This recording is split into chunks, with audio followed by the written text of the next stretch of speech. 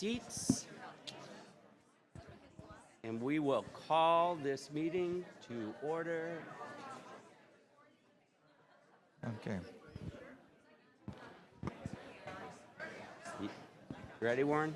Good morning, everybody. Ben's being nice. Please take your seats. There we go. All right. Welcome, everybody. We're going to go ahead and call the meeting to order. Thank you for coming today, and we will start with the Pledge of Allegiance. The flag to your right. I pledge the allegiance to the flag of the United States of America, to the republic which it stands, one nation, under God, indivisible, with liberty and justice for all. Thank you. And now we will begin with member introductions. Warren? We'll go ahead and start.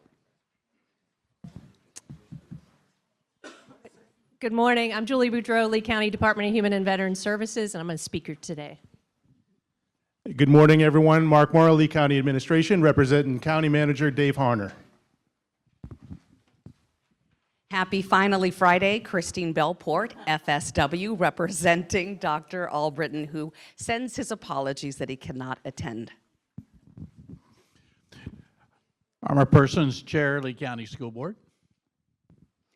Good morning, everybody. Denise Carlin, the proud principal. Listen to this. How's this for Friday, right? Let's try that again. Denise Carlin, Superintendent of Schools here in Lee County. I'm proud of it. All right. My goodness. Yeah, former principal. Right. Rafael Lopez, council member with the Village of Estero. Good morning, everyone. Holly Smith, City of Sanibel. Good morning, everyone. Richard Aiken, Horizon Council Secretary. Matt Repsdorf, Vice Chair. Karen Moore, Southwest Florida Business Today, and the Business Resources Committee Chair. Good morning, Adam Palmer, CBRE Sports Council. Good morning, Robbie Repsdorf with Edison National Bank and Bank of the Islands, and I represent the Industrial Development Authority. Doug Geyer with S4J Manufacturing and the Industrial Development Authority. Good morning, Mark Bluss, Prombrooker Restaurant Group, representing the Sanibel Captiva Chamber of Commerce. Tim Herman, SCORE, Southwest Florida. Good morning, Zanin Garza, filling in for Josh today for Real Estate Investment Society. Good morning, Richard Durling with Marvin Homes, representing the Lee Building Industry Association. Good morning, Jay Johnson with Boba's Roadhouse, representing the Lee chapter of the Florida Restaurant and Lodging Association. Denise, you started this. Good morning, Ryan Richards, RG Architects, representing the American Institute of Architects. Thank you, Ryan. Randy Chris Commercial Group. I represent the Lee County Port Authority Airport Special Management Committee, and I want to say a big shout out to our leader and new head of Lee Health, Ben Spence. Bill Ribble, I'm with the Greater Estero Chamber of Commerce. Gail Langner with the Fort Myers Beach Chamber of Commerce. John Gardner with Lee County Insurance Agency, representing the North Fort Myers Chamber of Commerce and the recently rediscovered area of North Fort Myers. Yeah. Good morning, Tom Mueller with ReWorld, representing the Chamber of Southwest Florida. Good morning, all. Bill Johnson Jr., Executive Director of the Horizon Foundation.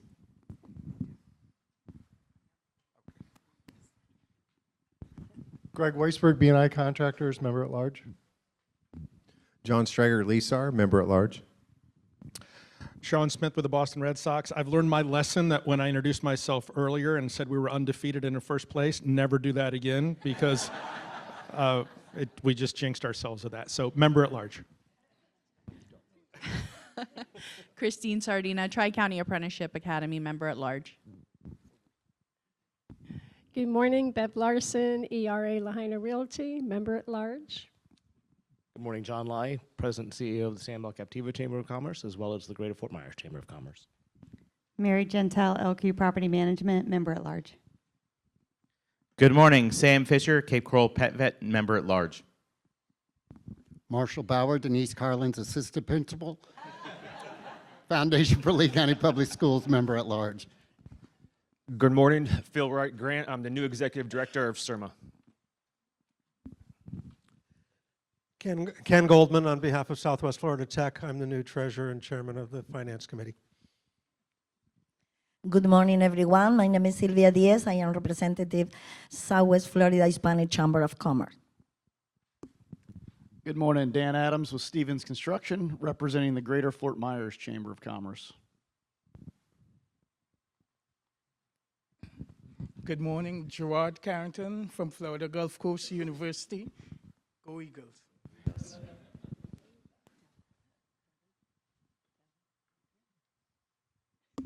Sorry, I'm late. Devin Parker, Sidney and Byrne Davis Art Center and chair of the Arts and Culture Committee. And Dirk Danley, Lee County Economic Development Office. Good morning, Jennifer Rodriguez, Lee EDO. Tatum Walker, Lee County Economic Development. Garrett Heiser, Lee County EDO. Warren Baucom, Lee County Economic Development Office. All right. Nancy? All right. And I'm Ben Spence. I'm the chair of the Horizon Council. So we're going to walk through a great agenda today that we have. If you've been to the last few meetings, you know we've been focusing in on what's going on in our municipalities and attracting and retaining great businesses. We know it's more than just the business itself. It's what surrounds the business, having a great place to live, an environment around you, things to do, arts and entertainment. And so it's really exciting to hear everything that's going on. We started with Bonita Springs, and then we moved on to the village of Estero. Last meeting, we heard from Fort Myers. And today, we're going to hear from the great city of Cape Coral and some exciting projects that are going on there. Cape Coral is near and dear to my heart because that's where I moved in 1992 when I came here from Cleveland, Ohio, followed my parents out here. They were retiring here, and I decided I wanted to try to find my place here and be with them through their latter years, and found a great place to work at Lee Memorial Health System is what it was called at the time, and I got my foot in the door as a clerk. And as of October 1, I'm going to be the president and CEO of Lee Health. So anything can happen in Lee County. It is a land of opportunity, and we're so excited for everything we're doing. It's great healthcare creates healthy people, and healthy people create healthy communities and stronger businesses. We could be more productive. I think we should be the healthiest community in America. So let's do it.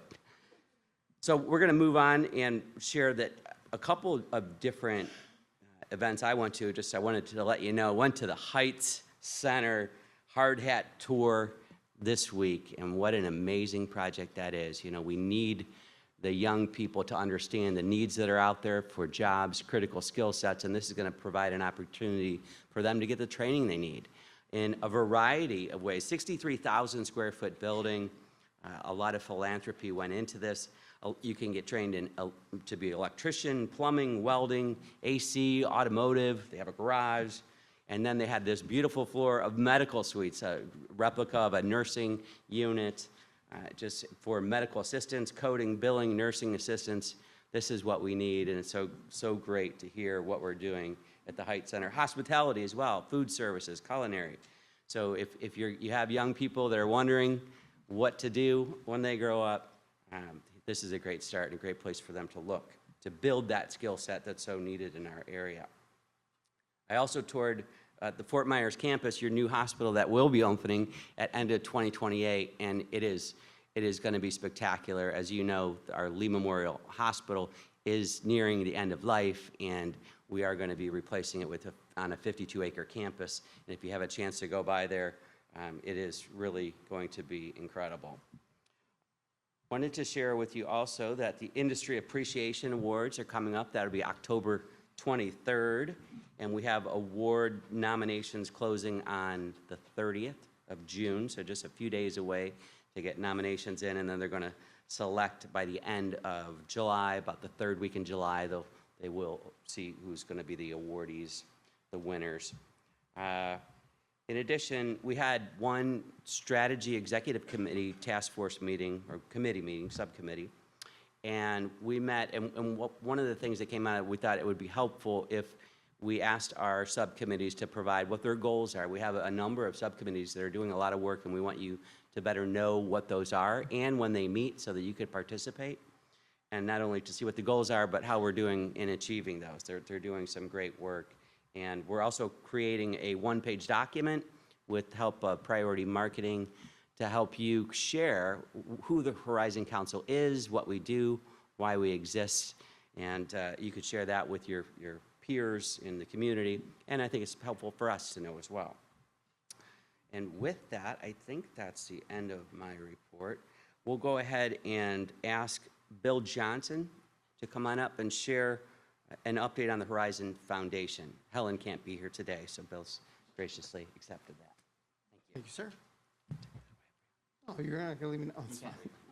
I can't read your notes. Thanks, Ben. Good morning, everyone. Bill Johnson, Jr. I'm the Executive Director of the Horizon Foundation. It's hard to believe that we're in the last Friday of June this year, halfway done. Just to give you a quick update on the foundation, we are doing fantastic. We are on track to meet and exceed all of our goals. Thank you to all of our investors that have already committed their investment this year. To all those investors still committing and working through the invoicing process, thank you as well. We still have a hill to climb to get to our overall goal, but through our board and all of it working together, I have no doubt that we're going to meet and exceed those goals for 2026. Just to touch, Ben did say we did have our industry appreciations coming up on October 23rd. Those applications are coming in. We still do have this year newly, we have sponsorship categories for all of ours. You have the opportunity to sponsor. If you want to do so, reach out to me. We still have a few categories left. Thank you to our sponsors that have already stepped up and took the opportunity. Just a different way to where we can highlight our investors and our businesses in our county when we go and put on this amazing event in October that brings in 750 plus business leaders throughout the whole county. Fantastic. I wanted to give a shout out. We have a President's Circle coming up on September 15th. Is that right, Tatum? 15th now? Our friends at the Boston Red Sox will be hosting it again for our second year. Thank you, Sean.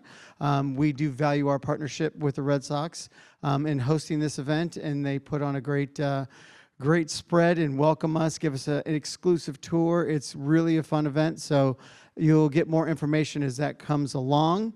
All of our voting members in the Horizon Council, you all should have received an email yesterday from John. That's highlighting a new initiative that we have coming up in August. We're doing a Polk County trip, much similar to where they came down and visited us. We're going to go and visit them. So if you are interested, there's instructions to reach out to me. I can give you more details, and we can do that. But we're looking in August to do that trip. So 23rd, 20th? Thanks, Tatum. She's giving me all my notes. We're looking forward to having you all in there. It is limited to the first 30 people that sign up. We got about 5 or 6 already locked in. So if you are interested in attending that, just shoot me an email. I'll get you locked into the list, get you all of the payment details on how to take care of that. But like I said, we look forward to finish the next 6 months strong with the Horizon Foundation and keep going. Thank you to all of our investors for allowing us to do what we do and help in the economic development growth of Lee County. Thank you, sir. Thank you, Bill. Now we're going to start with our Lee County Department update. We're going to ask Julie to come up and share from the Lee County Human and Veteran Services. Julie, come on up. Thank you.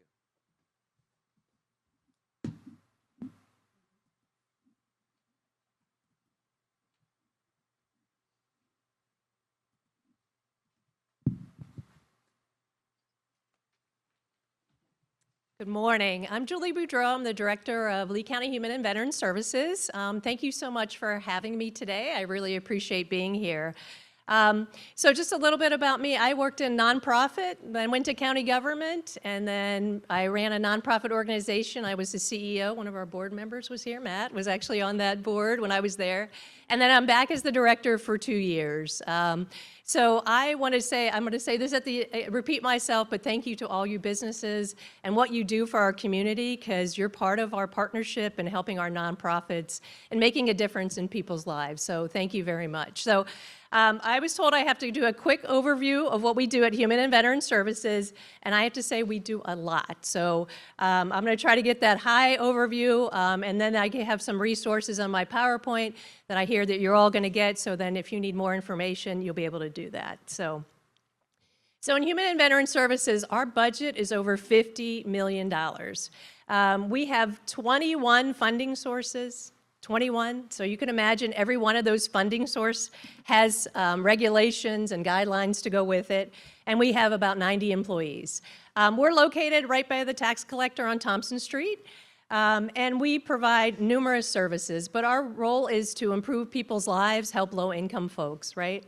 One of the things is, I don't know if people have heard of the Lee County Continuum of Care. So we are the lead agency for that, and that is a federal initiative. So throughout the whole United States, it's called the Continuum of Care, and what that does is help people who are at risk of homelessness or are homeless receive services.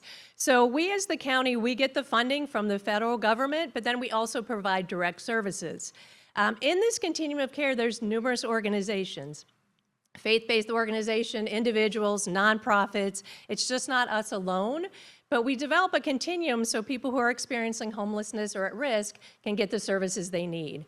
So like I said, we do the federal government, we get the money from the federal government, give it to nonprofits, but then we also provide direct services. One of the things that we do, it's called coordinated entry. So anybody who is homeless or experiencing homelessness can call a number and get resources right away. And we also do what's called the HOT team. I don't know if people have heard the HOT team. It's our outreach team. It's what we call street outreach. We actually have workers that go out into the community, engage with people who are homeless, and try to get them off the streets and into services as well. So again, that's a partnership we have with numerous organizations. We're always trying to do that. Right now, we're in the hot weather, right? So when the heat index exceeds a certain amount, we actually provide outreach for giving water, cooling. We have cooling stations. We work with Lee-Tran, the libraries, to provide services so we can get people who are homeless off the streets and into a cool place. And then we do that when it's cold out as well. The other things we do is we do provide assistance with electric, rent, and mortgage. So usually when somebody has a disconnection with electric, they may have lost hours due to a medical condition, their hours were reduced at work, we may help them with rent. And we also do rapid rehousing, which is trying to get people who are homeless into housing as quickly as we can and help them to go to self-sufficiency. We also manage, as I said, we have a lot of funding sources, so we manage a lot of federal and state funding. One of the things that the Lee County Board of County Commissioners has doing for, I want to say maybe 30 plus years, is we provide funding to our nonprofit organizations through a program called Partnering for Results.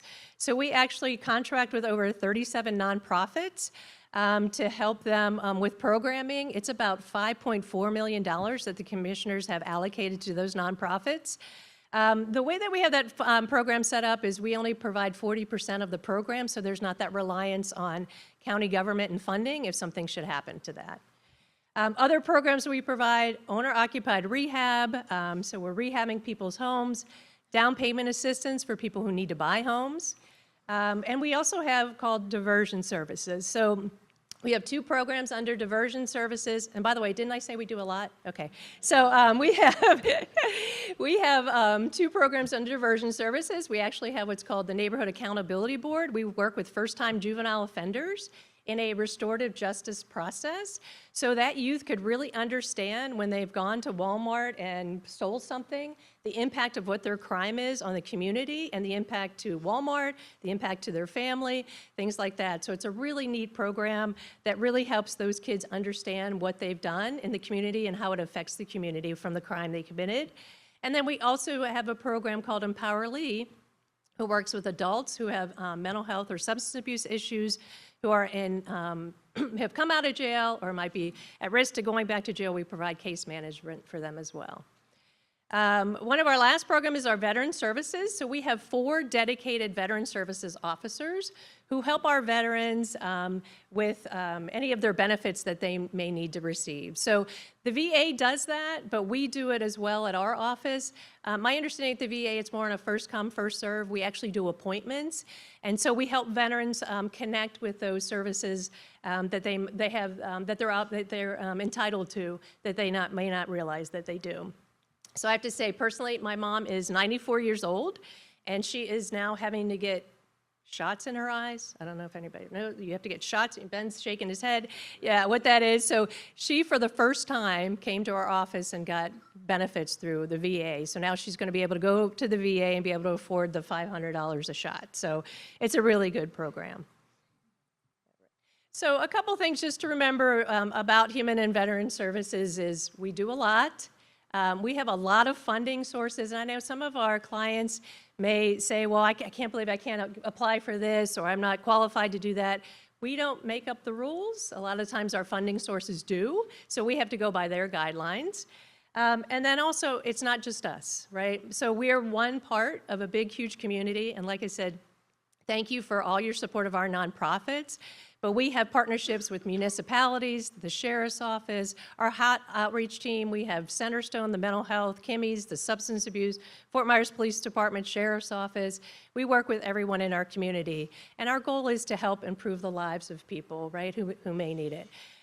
So this video, there's a video called Did You Know? And it kind of is a 3-minute video about what we do at Human and Veteran Services. Once you watch that, you know that I will not stop with and I will not quit my day job because I will not be going to Hollywood anytime soon. But that is another resource for people to utilize and to see all the things that we do. So some contact information. You have my contact information there. That coordinated entry, like I said, that's the phone number to call if you know somebody who is homeless or at risk of homelessness to get some help. And the other thing we do too is what we call is community events and announcements. So we actually have a massive email distribution list. So any of our nonprofits will send us flyers about job openings, if they have an event coming up, if they need referrals for their program. We send out stuff about if we have funding available and how to apply, things like that. So that's a service we provide to the community just to keep our nonprofits connected. So if anybody's interested in that as well, just reach out. So I did not do this I did the meat of the PowerPoint, and I saw this dolphin, because our community engagement program did that, and I'm like, a dolphin, human services and veteran services, what would a dolphin be? So I kind of started thinking about it, and when I look at a dolphin, I get a smile on my face, right, and I feel less stressed, right? So when we're on the water, we see that, we're so excited, right? So I hope that that's what we can do for the people who come to our department, right? I hope we can put a smile on their face, help them out of the crisis that they're in. Nobody's coming to us for anything but help and assistance, and they're in a situation that they got into that they need help getting out of. So I hope we do that for them, and I have to say I am very proud to be part of Lee County government and Human and Veteran Services, and I hope you feel that too from the sense of all that we do for our community. And again, like I said, it's not just us. We have so many partners, and we're all working together really to try to help improve their lives. So again, I just want to say thank you, because I know all your businesses help support us, and you're part of that partnership, and I really appreciate it. And thank you for having me and the time here. So thank you. Thank you, Julie. Thank you. Thank you, Julie, so much. We appreciate all that you do. Amazing service. Next, we're going to have the Nonprofit Minute, and today we are featuring Guiding Grace Family Support Network, and we're going to ask Megan DeLuca to come on up and share with us. Thank you, Megan.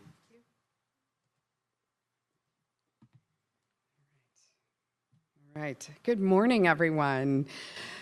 Thank you for what you do in our community. It's incredible to look out and see all of your faces and know that every one of you is investing in this region in a big way. We can't do what we do as a nonprofit without you. We can't do what we do specifically as Guiding Grace Family Support Network without Julie and her team. So thank you all very, very, very much. Guiding Grace Family Support Network is in the city of Cape Coral. We have been there over 30 years. We merged with another organization. We were providing residential services for moms and children, single moms and pregnant women. What's happened over time is we've realized that these families are coming to us in crisis, and what we're doing in that moment is not enough, and we needed to expand our services.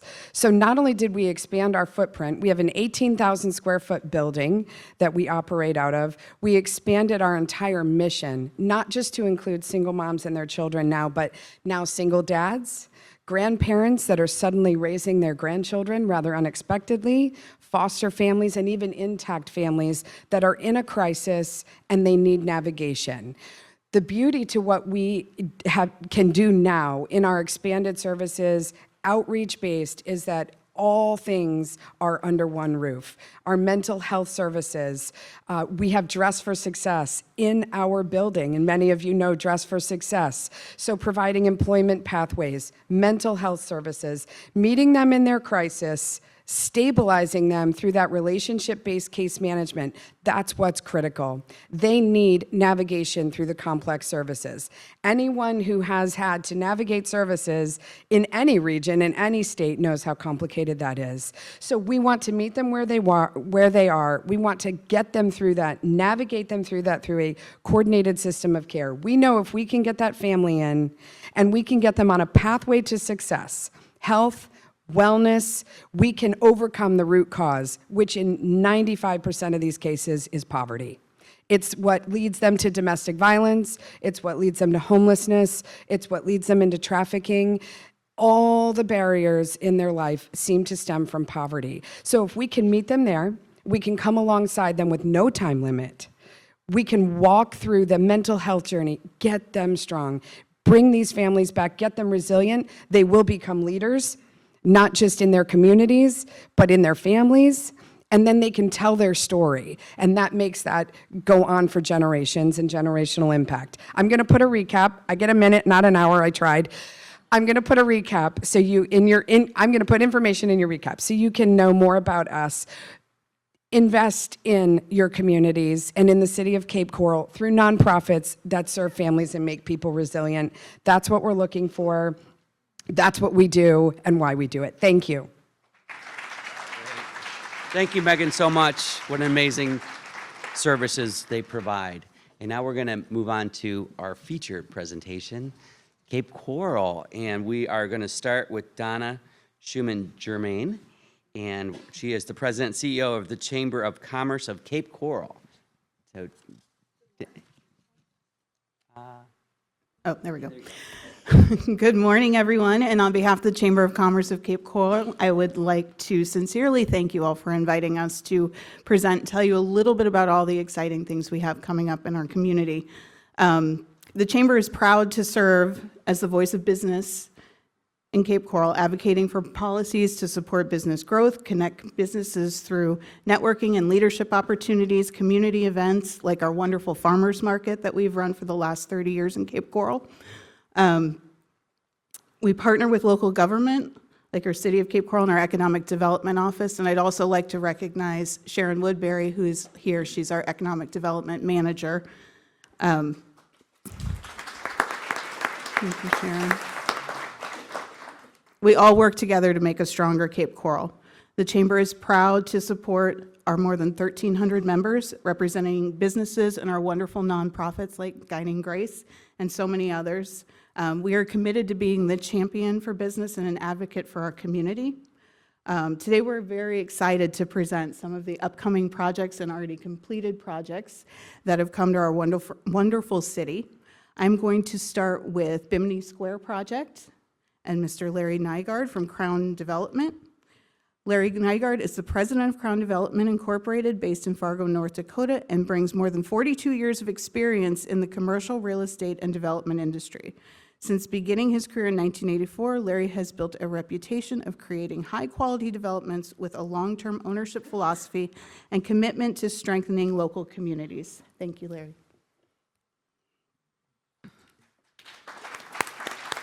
Thank you. Thank you very much.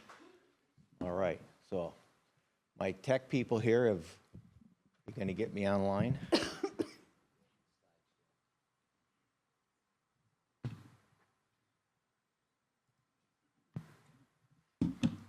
Hello? Perfect. Thank you. Thank you for that introduction. Again, I'm Larry Nygaard, President of Crown Development, and happy to be here this morning and share a little bit about some of the projects that we're working on in Cape Coral. Cape Coral is a great place to live and work, and we're just so happy to be a part of that community and a part of the fabric that makes up, you know, everything that you guys think is great about the city. So I'm going to highlight here a couple of things. As was mentioned, I'm from Fargo, North Dakota, which is a long ways away from here. It's like almost a full day's travel. So people say, well, how did you ever end up in Cape Coral? Well, like many of you, it started out with vacationing in the area. And the more we vacationed and got exposed to it, the more we decided we really like this area. And there's a lot of Midwestern roots to the Gulf side of Florida, and that made it really comfortable and easy for us to do work and business. So that really is what drew us down here, and we're really excited to be here, as I said. One of the things that we've noticed here, I've been active in the Cape for probably 8 years, and we've seen a real transition in this city over the last 8 years, and I'm sure you guys as residents have seen that too. It's just getting more and more sophisticated. There's getting to be more and more offerings. When I first came here, I remember driving around looking, and the largest apartment complex that I could find was 21 units, and there was one under construction for 90 units, you know, which was just, I thought, my goodness, don't they know what apartments are down here in Florida? And I thought there was just a lot of opportunity for growth, and that's proven to be true. Of course, before or just after I got here, Cape Coral started getting in the news, and for a long time it was highlighted as one of the fastest growing communities in the state, or in the country really. And so that just brought an overwhelming number of new people to the area, bringing new developments and new ideas. So things have changed a little bit, and for the good, because I think all of that builds onto the success of each other. So I think that's a good thing. I mentioned the Midwest approach to business, something that is, you know, common for the way we do business, and I see it here day in and out, day in and day out. City staff, man, a shout out to the Cape Coral administration, the city administration, including Sharon and others that we've worked with on just about every project. They've been dedicated, helpful, committed to getting the projects done. Honestly, some of our projects couldn't be complete without their help. So it's nice to see that infrastructure and people that are willing to help those of us that are wanting to put their capital and energy at risk here in the community. So shout out to them. And the other thing that I think a lot of people overlook is that this area has incredible construction trades. They're very competitive. They're very sophisticated. They're very excellent at what they do. And it makes building projects 1,500 miles from home a lot easier when you can go to bed at night and know that you've got good people working on your projects. So we're really thankful about that. We're going to get into some of the projects that we're working on in the Cape Coral. I'm going to start with a project called Bimini Square. This one was just finished in February of 26. It was a project that took many years to develop, and I'm happy to say that I work very closely with Ben Spence and Lee Health to be a part of this project, and they've put a beautiful clinic within this overall development, and it's been a big success for them and a big success for us too. Some of the highlights of the Bimini Square project, first of all, It's located right on Cape Coral Parkway. Maybe some of you have seen it, but it's in the CRA, which is the downtown of Cape Coral. So it's technically a redevelopment project. It was completed this spring. It's a mixed-use project, 5 stories, and it's 4 stories of residential over 1 story of retail or medical. It has 218 apartments, 52,000 square feet of commercial space. We have Lee Health as one of our primary occupants, House of Omelets, another local company that is part of the building, and also a 9,000 square foot waterfront restaurant. We also have a parking garage with up to 600 total parks. Probably the feature of our project is the 7th floor rooftop pool. You're in the pool right now looking out over the basin, so that's the view off of 7th floor. We have a 30-slip marina. Again, that's a feature that the city of Cape Coral was instrumental in helping us get the approvals for, and they also provided some slip transfer credits for us to do the marina. The project total investment is $125 million with all of the different businesses involved. The project started planning in 2021. We permitted it in 2023. And just 2 years later, Lee Health occupied the clinic. So it did take 2 years. The thing I want to point out here is it took almost 2 years of planning to get here.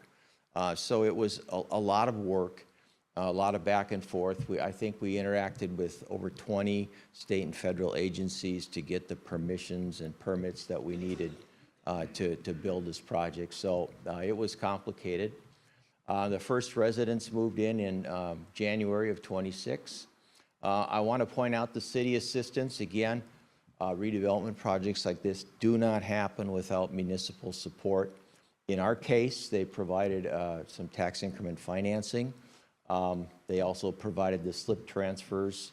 They also implemented something called a priority permitting status, which for select projects, they will essentially fast-track permitting, which is huge. It's huge in the process and helps cut down on time. And then, as you might imagine, we were redeveloping in an area, and we found the infrastructure that was existing to be really inadequate. That was kind of a post-construction start situation, and the city was quick to help us rebuild some infrastructure that was needed. This is an aerial, some photos of the project. Again, our rooftop pool up on the left. Lee Health prominently featured right on Cape Coral Parkway. They have 44,000 square feet of clinic space occupying the first 2 floors and some residential above it. The aerial photo there on the right helps you see kind of the size of the project. You can see the marina down in the lower left, a 30-slip marina. That yellow building is the Bimini Basin Seafood Restaurant, and then the Bimini Square proper building is the white building in the background. Examples of some of our tenants here. This is the House of Omelets space right along Cape Coral Parkway. Of course, Lee Health, we talked about that. The lower right corner is a shot from the marina looking into the Bimini Basin Seafood Restaurant. Some interior photos. This really turned out to be a nice place, a great destination for boat traffic, which is something the city wants to focus on, and that is to try to bring as much boat traffic to the downtown as they can. This is a real help in that way. There's a lot of talk about apartment occupancy. I'm sure you're all aware of that. There's been a deluge of construction in the area. One of the things that we really focus on is studying market niches within the overall rental market. And so the Bimini Basin project was an upscale project for Cape Coral. So it focused on providing a lot of features that most other communities, apartment communities, don't have. So you can see some of those here. It's a very high-end finish project, much like you'd find in a condo in today's world. You can see we've got some unique floor plans. Many of the Many of the apartments have water looks, water views. See how the interior of the kitchens are well furnished, very nicely appointed, large rooms. So it's been well received, and it's sort of proven to us that there is a higher end market to go after in Cape Coral. A lot of people didn't think that that was going to be successful, but we put this product on the market, and we're really happy with the occupancies so far. I think we're approaching 60% right now pre-leased, so thrilled about that. It's an amenity-rich project, so these are some of the amenities that you see here. We've got, of course, a fitness center, a beautiful courtyard in the center area of the project. Dogs, everybody has dogs nowadays. Have you noticed that? I mean, you can't go any place without dogs. Do they let dogs in hospitals? They do, wow, okay. Well, anyway, so we've got this beautiful dog spa here. Well, actually, this is where they can run around off leash, but then we also have a dog spa. I don't know if I have that in this video, but sauna is another feature. So you can see it's a pretty high-end offering. So here are some interior photos, the yoga room, the rooftop terrace up on the right, the community or club room, some office spaces that we have. So a really nice project, and I think a welcome addition to downtown. So we're really happy to be a part of that. And again, thanks to Lee Health for making their commitment to the downtown. The next project that we're working on is called the Pine Island Commerce Center, and this is a new project right along Pine Island Road. It's a warehouse and retail center. We just started construction 2 weeks ago. It's 100,000 square feet of new warehouse building. It will be a headquarters for Bones Coffee, which is a local Cape Coral coffee company, manufacturing company. I mean, that company started in the garage in Cape Coral, somebody's garage, and it's grown to now a national company. For those of you that don't know about that, it's just a real American success story right here in our own backyard. So we're thrilled to be a part of their growth. They are basically going from kind of a hodgepodge of warehouse locations now to consolidating everything into one spot. They're going to put their national headquarters there. They're going to roast coffee, package it, fulfill orders, ship it. They do R&D. So it's really an exciting step for them. Again, the city of Cape Coral and their economic development team was essential for the expansion of Bones Coffee. So that's great. We expect to be occupied in there in July of 2027. So just around the corner there. The retail space along Pine Island Road will be 10,000 square feet with 2 drive-through facilities, 5 tenant spaces, and a Q4 27 occupancy. For our portion of the development, which is just the building, not the business, the city offered an infrastructure grant to help us bring infrastructure into the site. And they also deferred some impact fees. And then they made a separate incentive package for Bones Coffee. Again, but all of that was essential for us to do this project. Here's an example. This is the rendering of the warehouse looking from Pine Island Road in. And this is the retail space that we're going to be building. There'll be a Bones Coffee drive-through there in that location, and then room for 4 other retail spaces. So that's a site plan there. So you'll see that starting to come out of the ground in the next quarter or so. We've done some other projects in Cape Coral. I just want to go through those really quickly. These are finished projects. This is called the Club Apartments, located again along Pine Island Road, right next to Sam's Club. The focus of this project was to provide housing for workers up and down Pine Island Road. So a little different focus than the Bimini Square project, but it's been very successful. We are now at 100% occupied, so we're thrilled about that. Took us a while to get there, but we're there. So now we can try to recapture some of the rent discounts we've had to give. So That's phase 2. Okay, this is another project we worked on. This is called the Cape at Savona Point. This is a family-focused apartment complex here, 320 units. We finished this in 2022. And this is up and operational as well. So again, those are some of the projects we're working on. There's a few others we've got in the queue that we can't announce right now, but Cape Coral is a great place to live and work, and we're just thrilled to be a part of it. And I guess there'll be some Q&A later on, so I'll save it for that. Thank you.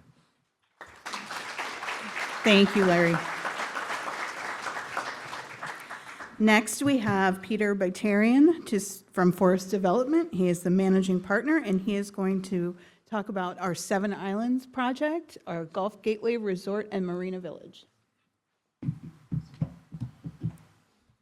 Good morning, Peter Baitarian from Forest Development, here to talk to you today about Gulf Gateway Resort and Marina Village at Seven Islands. I just want to talk to you a little bit about the process and what we're planning to build at the Seven Islands. So in November 2022, we were selected by the City of Cape Coral to be able to purchase and develop the Seven Islands.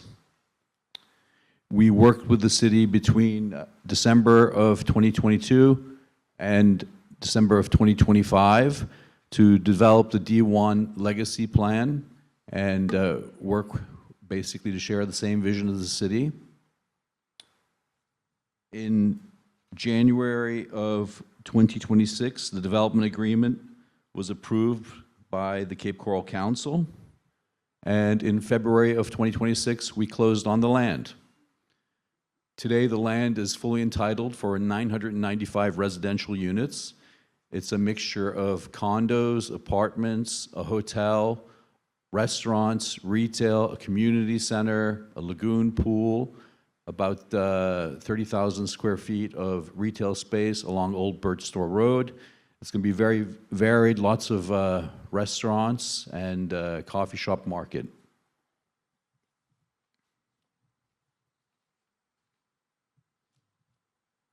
Gulf Gateway Resort and Marina Village will be built on the Seven Islands, which comprises of 47 acres alongside Old Birch Store Road in the northwest Cape Coral.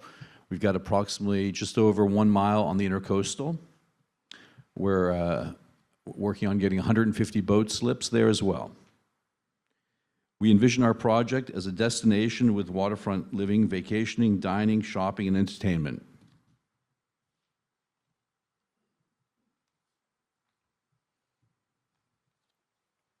The components, so 995 residential units, apartments, condos, 240-room hotel that will have a gym that's open to the public by membership. It'll also have an event space. It'll have restaurants. It'll have a lagoon pool, which will also be open to the public. It'll be connected to a community center island, and on that island there'll be a restaurant, an amphitheater, a food truck park, a splash pad, and docks for just coming to spend the day there.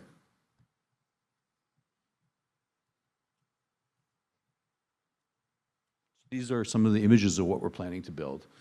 What you're seeing there is, in the front, is the homes, which are 3 and 4 stories, and each one of them comes with its own boat dock for 50 feet of dock space. Then behind that on the islands, you're seeing some of the apartments and condos. And then in the distance, you're at west view of the mangroves. Some more view of the islands. And as you can see on the outside, on the intercoastal, we have the boat slips there. All the way on the far end, you see the white building, that's the hotel, which is connected by a pedestrian bridge to the 7th island, which is the community center island. And that is the island that features the amphitheater and community event center with small restaurant and also a food truck park and splash pad. There you're seeing the townhouses along Old Birch Store Road, a coffee shop, the lagoon pool connected to the hotel, and then you can see the little bridge that connects the hotel island and the community center island. an image of one of the apartment buildings. And then you're seeing on the inside there the single-family houses that are on Old Burn Store Road. And then you're seeing the islands with the condos and apartments.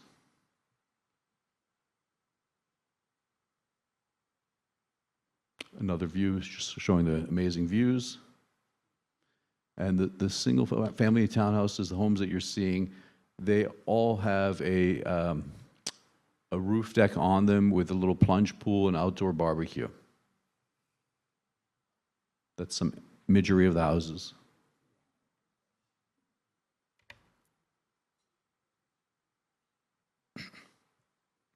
Another view of the houses, little variety in each one.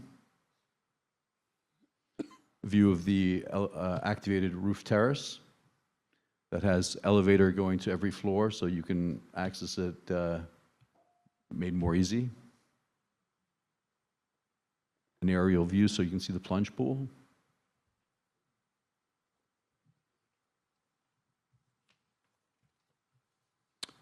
I'll talk to you a little bit about the construction timeline.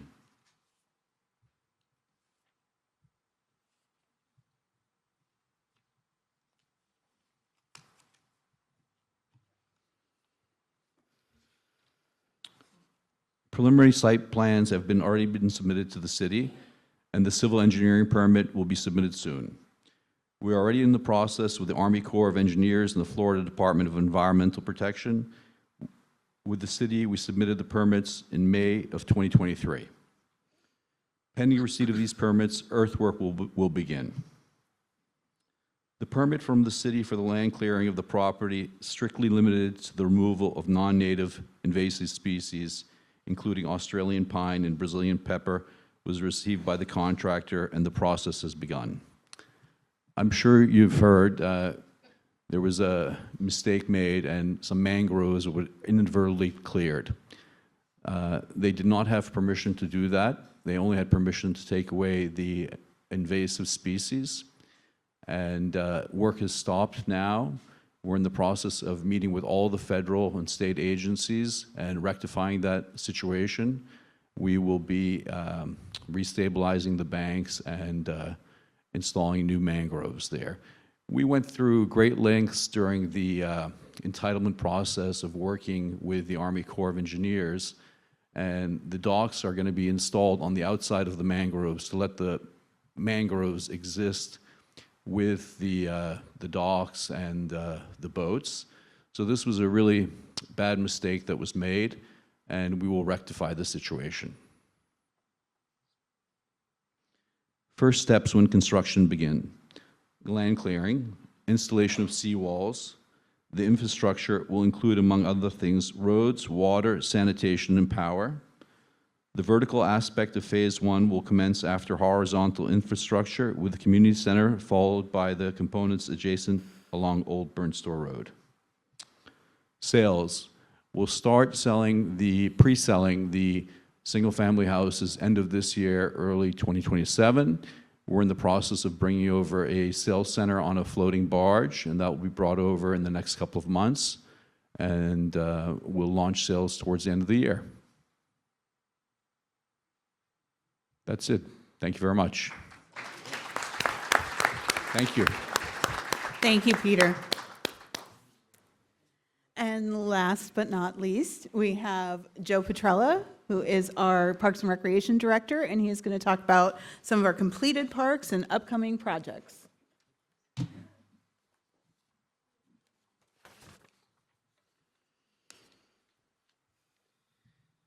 Good morning, and thank you all for having me here. It's been a great journey for me in my last 3 years with the City of Cape Coral and our development of our park system. We've realized that it's tough to compete with Fort Myers, so we've invested heavily in our park system to try and attract visitors and provide a quality of life, I guess, thing for our residents so they can really enjoy our community. And it's been a great honor to represent this department and what we've done over the last 3 years. So we'll go through some of the stuff that we're doing and where we're going with it, and definitely it's been a fun adventure. So one of the first things we opened recently was a ribbon cutting we held at Crystal Lake Park in July 18th of 2025. We have multi-use paths, beaches, shelters, fitness stations, restrooms, boardwalks, playgrounds, and the boat ramp portion is open on April of 2026. This park was specifically built to drive tourism to come in, and it's been a huge hit. People have come from all over to visit this park and enjoy the atmosphere that it is. It's quiet. It's not on the shore, but they enjoy the, I guess it was an old, what do you call it? Whatever. Yeah, whatever. But it is what it is, so we'll go from there. A little nervous right now, So our main attraction that we just built in this park, if you haven't been there, is absolutely amazing. We did put a huge investment into this property, and it has been a hit to the community. We held our ribbon cutting at J.C. Park on May 8th, 2026. We did a grand reopening event held on May 9th, 2026. We had almost 4,000 people attend. Amenities include a boardwalk, overlook, inclusive playground, band shell, splash pads, sand volleyball courts, covered picnic areas and restrooms, and more. It is a absolutely phenomenal park, and it's been a pleasure to be a part of this project. And you know, not many communities will invest that kind of money into a park. And it's the overlook is great. You can see downtown Fort Myers. You can see all the way down to the big bridge, and I can't wait to see what it looks like on the 4th of July. When we have the fireworks and people are going to be out there being able to see them clearly. It's going to be a good time out there. We opened Tropicana Park in May of 2026. The amenities include beach, walking path, playground, fitness stations, shelters, pavilions, restrooms, public launch. So what's really cool is that as actually we built it to have a little extension that's going to connect to that project that was just talked about. And they have committed to provide some other amenities on their property, and we really are looking forward to seeing what this final project is going to look like. But it is a really cute little neighborhood park, and actually provides a lot of fun times for families with a great playground out there. Festival Park, wow, this one's a big one. We are really trying to get and start working with the Sports Development Council. We anticipate opening up in August of 2026. It includes 2 artificial turf fields, 2 grass fields with lighting, festival grounds, a grass berm, and concession building. We will expand that to 10 fields total. So it'd be 2 artificial turfs and 8 grass fields. We really want to bring in some sports tourism into the community to really focus on driving helping economic development. And bringing people in the community to spend money at our restaurants and things of that. So we're really excited about this project. But those fields are amazing. They are huge. They are actually sized for kind of a World Cup field, which is pretty big. But we're excited about this project, and it's really helped us out a lot. We're getting ready to open it. Can't wait. Yellow Fever Creek. This one. We've had a little bit of struggles with the building, so we haven't been able to open it yet. We've worked with the contractor now to solve the issues that we had with the building. But this is one of our nature preserves, and it's a really cool nature center that we're going to be opening up soon. Anticipated fall of 26. It's going to have a disc golf course, campsites, and restrooms, walking paths, pavilions, and more. Definitely focus on nature and the Florida environment, so we're really excited about it. There's a couple of alligators living in that lake, so it's been a rough adventure, to say it shortly, but we're getting there. We will get it open. We will get it open. I know, we didn't like the name, but our city manager wanted to keep it. Yeah, I know. We were petitioned to change it, but right now, the answer is no. This is an exciting one, the redevelopment of the Yacht Club. The Yacht Club, our redevelopment plan is amazing. City Council directed staff to move forward with the phased approach to the Yacht Club, so we'll be doing phase 1, which is working on the boat ramp, relocation of the dock demo, seawall construction, and beach expansion. On Flushing Box culverts. We finished the pier design. It's going to be a really nice pier. It's really cool. Got a lot of cool features there. Our community center design is amazing. Definitely have got some really good things coming when we get to build that. And then we just signed an agreement with the Boathouse to return to the site, which is truly amazing. So, yeah. So they'll be starting their project well before we start ours, so they'll open up sooner than we will. But they definitely are excited to be back and coming back to the Boathouse, back to the Cape. So, our old golf course master plan. We are working through this diligently. The redevelopment on the site is going to be pretty cool. I can't share the plans at this point, but we definitely have a good concept for the facility. We had our public meetings that were held. We had joint meetings with my consultant that works for us on the Parks Master Plan, and then our Kimley Horman was working on the Stormwater Master Plan to help solve some of the stormwater issues we have down in the South Cape. So we're really cool, really excited about that. We're meeting with Public Works on environmental assessment, and we met with them in 2026. We confirmed programming. So we're really moving forward with this. So our next steps is a draft master plan and presentation this summer. And our final master plan will be provided in 2026, pending the stormwater study. They're a little bit behind where we are with our Parks and Recreation master plan, so we're kind of delaying our master plan a little bit. But we are so excited about this property and what it can bring to the South Cape. It will be a really, really good amenity to the community. I can tell you, there are some pretty good designs out there right now.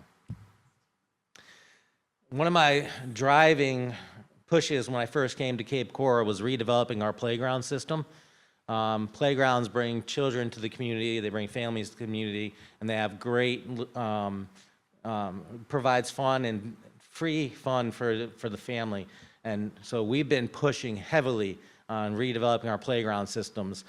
We do about 3 a year. I think we just dropped to 2 a year because I'm getting a little too expensive on my taste on some of these things. But Camelot Playground is one of my favorites. It's themed like Camelot. The ribbon cutting we held on April 10th, 2026 has a fantasy castle themed playground, custom built turfed play hill with slide installed. What's great is that mound you see, the green mound there, that was the first one designed, and it's actually named the Camelot Mound now. So the designer and the builder renamed it, so part of it goes all over the country. When they put it somewhere else, it will be named the Camelot Mound. So that's pretty cool. Pelican Soccer Playground, we put that in on May of 2026. It is an inclusive playground designated as a project of excellence for meeting best practices that promote inclusive play and recreation. One of the things when I got here, I realized we didn't have a lot of ADA accessible playgrounds. So the big drive was to really, when we redesign all of our playgrounds, we make them fully ADA accessible, which is federal law anyway. But we definitely have been making that push, and we have put in some amazing playgrounds in Cape Coral. And if you have a chance, or if you have grandchildren or children, take a chance to visit a few of the new ones that we've built, and I'm sure they'll be excited to see them. They're really fun.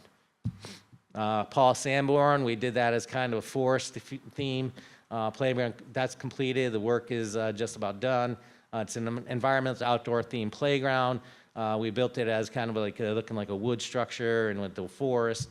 Definitely fun, great spot. The families are loving it, and it's just been a really, really, families are, when they're looking at it, are loving it and waiting for it to be open. I get comments all the time. They're like excited to have that playground back up and running. And one of the big things we've been doing is shading all of our playgrounds, obviously, just because of the sun and heat here in Florida. That's a heavy expense, too. Coral Oaks Golf Course. We completed an irrigation project, an 18-hole irrigation project in November. City Council approved it. We were extremely excited about that. The course was struggling pretty hard with its irrigation system, so that has really changed the entire turf situation at the course. And our managing partner has had highly success there, and we are really extremely excited about where that course is heading. We average a lot of rounds. We have a lot of public rounds, almost 16,000. Our annual pass rounds are almost 6,000. And you're running about 22,000 rounds on an 18-hole golf course. that's driving some of that economic development into the city. People come here to play the courts. It's a fun course. It's not Augusta, but it definitely provides itself a good feature for the city of Cape Coral. The courts. Now, this is one of the most amazing projects I've ever been on, developing the courts at Cape Coral. We have 32 pickleball courts and 12 tennis courts. We hosted two PPA tournaments, driving economic development into the Cape.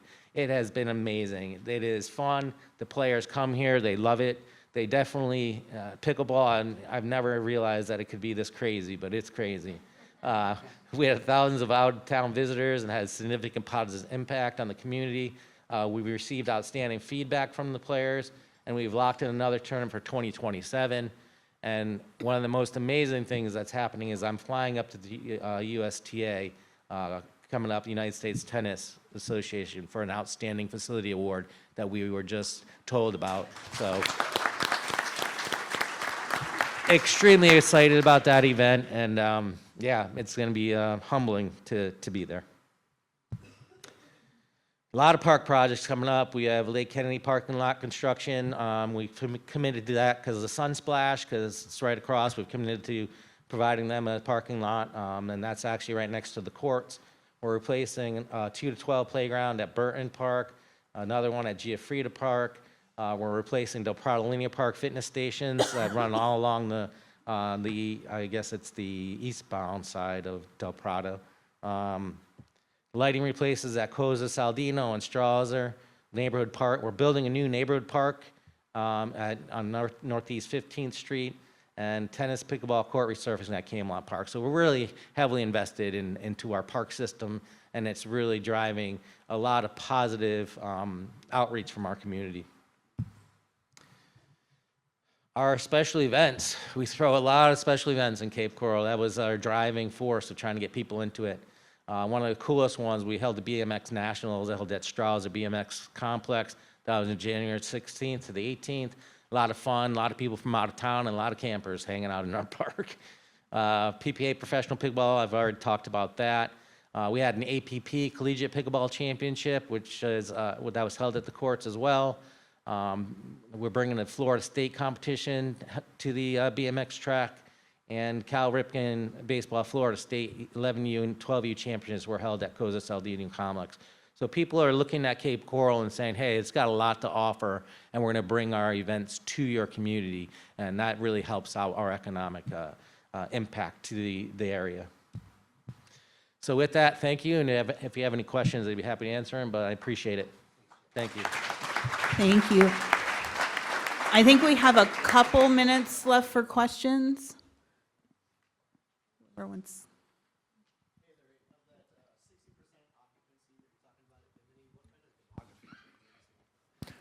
Well, it's mixed.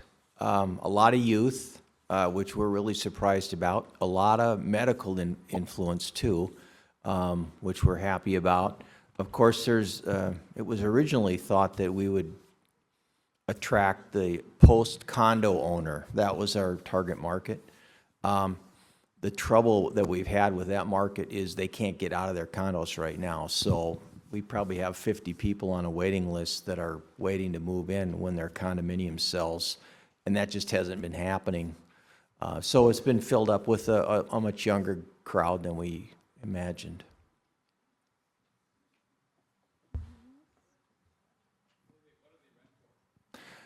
Well, a studio would start at about $1,700, and some of the expensive units go up to $5,000.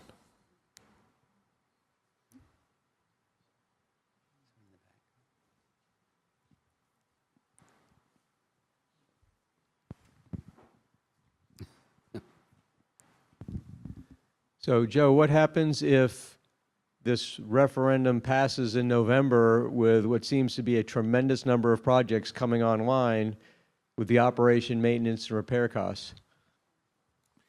Yeah, we're concerned about that, obviously, but we've been exploring the opportunity that you have with the state to create a special park district.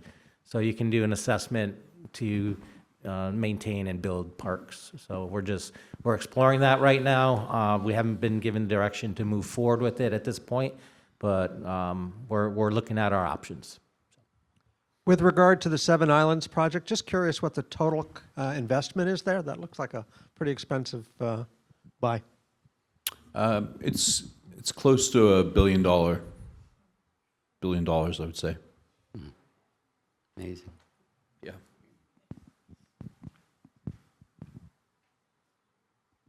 Good morning. Great job, guys. My name is Marilyn with Southwest Florida Women in Construction, and I want to ask you questions about construction and the opportunities for minority business owners that they are interested in participating in those amazing projects that you are doing, and we would like to be part of it. We have contractors, architects, developers, and from tile installation to roofers and everything. And sometimes, sadly, all the information is not passed to everybody. And I would like to know if there's any way that you guys will be able to provide like a contractor fair or something that you can showcase the opportunities that are available so that not only just a few large construction companies can take advantage of it. Thank you.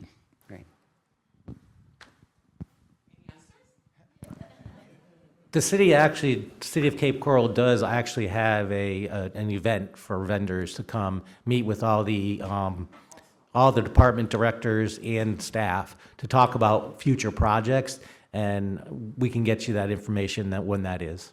So I'll talk to you after. Thanks. Perfect. Donna, anything On else? our end of it, when the general contractors mobilize, they will be having job fairs, and we will make an effort to hire within the community and also minority. I mean, on our end of it, when we sort of establish a sales team and things like that, but we are not physically in the field. So we will have a general contractor on each project, and he will make an effort to work within the community and with minorities. And from our end, it's a policy that we always use local contractors, so local GCs and local subs. We don't bring in from out of town.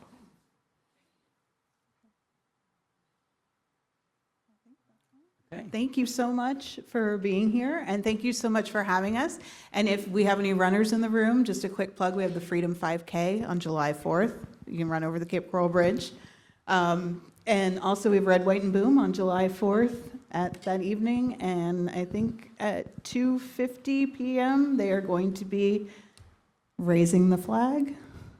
Exactly. We will be raising the flag at 2:50. It's going to be one of the largest American flags flown in the state. If you haven't been down there to see that flagpole, I was there yesterday. It is huge. It's been I've been watching out my office window. It's been Yeah, it's really been interesting. All right. Well, clearly Cape Coral has come a long way since when I came here in '92. It's changed quite a bit. But thank you so much for all of the presentations today. So impressive, the work that you're doing in Cape Coral. Surely is an attractant. It's no longer just a place for retirees, obviously. A lot of families and businesses want to be in the Cape. How many schools do we have now in the Cape? A lot. So thank you so much. Let's give them a warm round of applause. Thank you. And before we go to member input, we did pass up the approval of the minutes from the general membership meeting on 5/22. If there's a motion to approve, Bev. And Rich. And Rich is second. Okay. Thank you. All in favor? Aye. All right. Thank you so much for that. All right. We'll open it up. Is there any member input for the good of the group? Yes. Devin.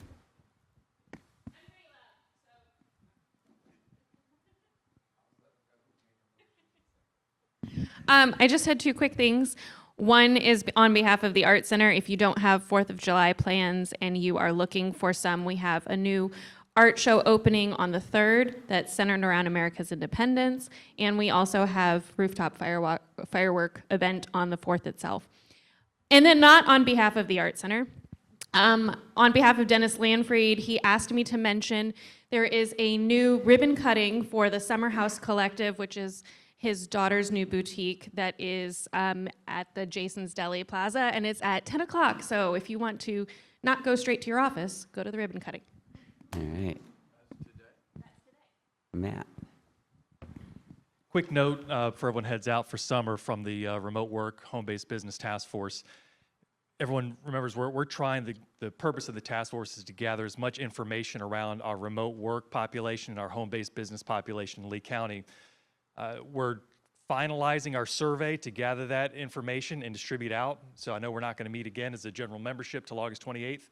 If you get a survey pop up in your inbox or when that survey goes out, it is not spam. Do not delete it. Do not put it in your spam folder. We need to distribute this survey throughout Lee County as wide as possible. So if you are in a chamber of commerce, a trade association, some kind of other business association that has either just some population of folks who work remotely but live here in Lee County, make that clear, they live here in Lee County but have a remote job somewhere else, or they own a home-based business and live here in Lee County, those are the survey participants we are looking for. This will be the foundational kind of information for our policymakers on how we view those populations and best support those populations. So we'll keep circulating it and talk about it some more, but since we're not meeting again until August, just please be on the lookout for that as that survey circulates and pass it along. Thanks, Matt.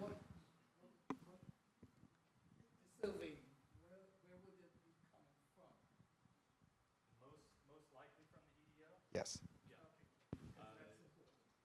But then it'll start coming in from all the organizations too, because we're going to send it out and we're going to tell two friends who will tell two friends who will tell two friends. Yeah. And we're partnering with RERI to put that together. Hello. So the time to follow, but on July 10th at the Collaboratory, we recently launched the Southwest Florida HI/AI Innovation Hub to help small and medium-sized businesses not get left behind by AI. So we'll be offering workshops, training, webinars. So we're going to have an introduction to that hub on July 10th at the Collaboratory, and a time will follow via email shortly. Great. Thank you.